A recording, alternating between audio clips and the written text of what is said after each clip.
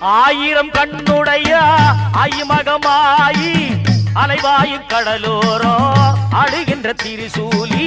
ஆயிரம் கண்ணுடைய ஐமகமாயி அலைவாயும் கடலோரோ அழுகின்ற திரிசூலி.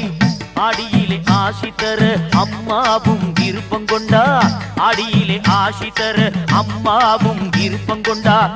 நாடி வரும் அடியவர்க்கு நல்ல ஒரு திருப்பம் தந்தா.